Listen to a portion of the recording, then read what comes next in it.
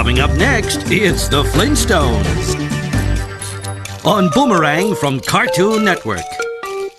I've talked about my love of Bedrock City, Arizona twice on my channel before, but oddly enough, I've never talked about any of the actual Flintstones media. Thankfully, my life is a series of bizarre Flintstones-related events, so that changes today. A theater near me was showing the 1994 Flintstones movie. Of course, I had to go. How often does one have the opportunity to see the 1994 Flintstones movie on the big screen? Not only that, but they would also be serving cereal during the movie. Sure, why not? What I didn't expect is that I would be literally the only person in the theater. So there I was, at 10 in the morning, watching the Flintstones cartoon pre-show in an empty theater, eating Fruity Pebbles. Life doesn't get much better than that. Either that, or this was a clever trap set for me specifically, and being the massive Flintstones head that I am, I easily fell into it. We need a plan to capture Tad, I guess. What have we got? I don't know, just give him a bowl of cereal and show him the Flintstones movie. Ow!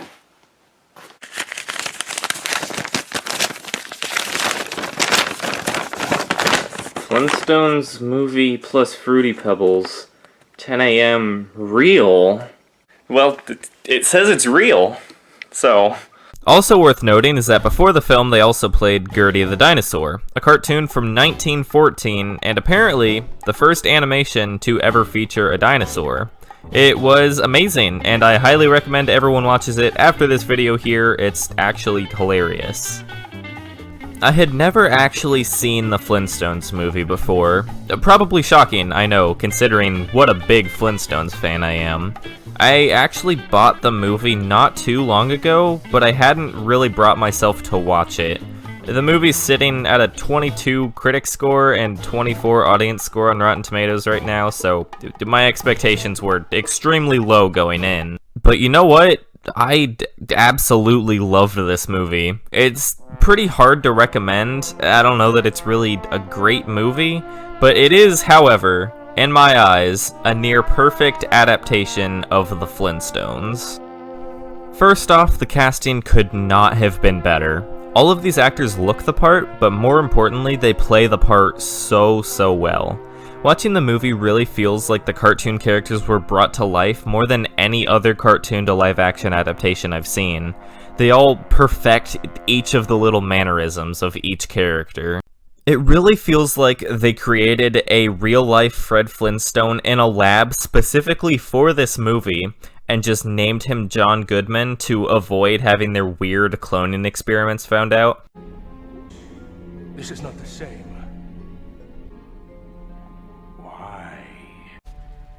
We dreamed of creating the Fred Flintstone. and we succeeded. And the same goes for the rest of the cast. They're all fantastic. Speaking of fantastic, the sets in this movie. In my Bedrock City videos, I praised the park for looking so authentic to the cartoon. Walking through the park, it really felt like you were in that world, and the movie takes that to another level. All of the sets are practical and look amazing. All of the creatures are practical as well for the most part, and they look so good. They really didn't go for a more realistic style, which is great, because that is a trap that most live-action cartoon movies fall into, but it looks just like the show.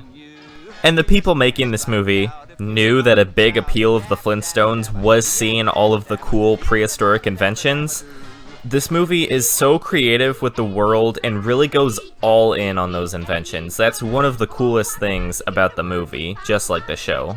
Like I said though, this movie is extremely hard to recommend. The movie captures the Flintstones so well, it honestly just feels like you're watching a really long episode of the show.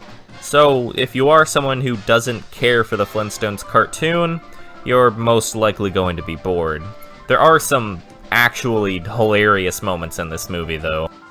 Oh yeah, and the B-52s are just kind of in this movie, but they're called the BC-52s, because it's the Flintstones. And honestly, their inclusion in this movie, it feels so natural. It just makes sense that they would be there. Also, this movie has a joke that references Bedrock City, Arizona, so that's definitive proof that this is the best movie ever made. I could sit here and gush about the movie for a while, but I think we'll save that for another time. There's a big world of Flintstones-related content out there, and I've only really scratched the surface so far. I don't really know what the purpose of this video is. I mostly just wanted to talk about my strange private screening of the Flintstones movie. If you ever get the opportunity to see this movie, though, you should watch it. Or don't, whatever, who cares? Anyway, I hope you all have a fantastic day and have a gay old time.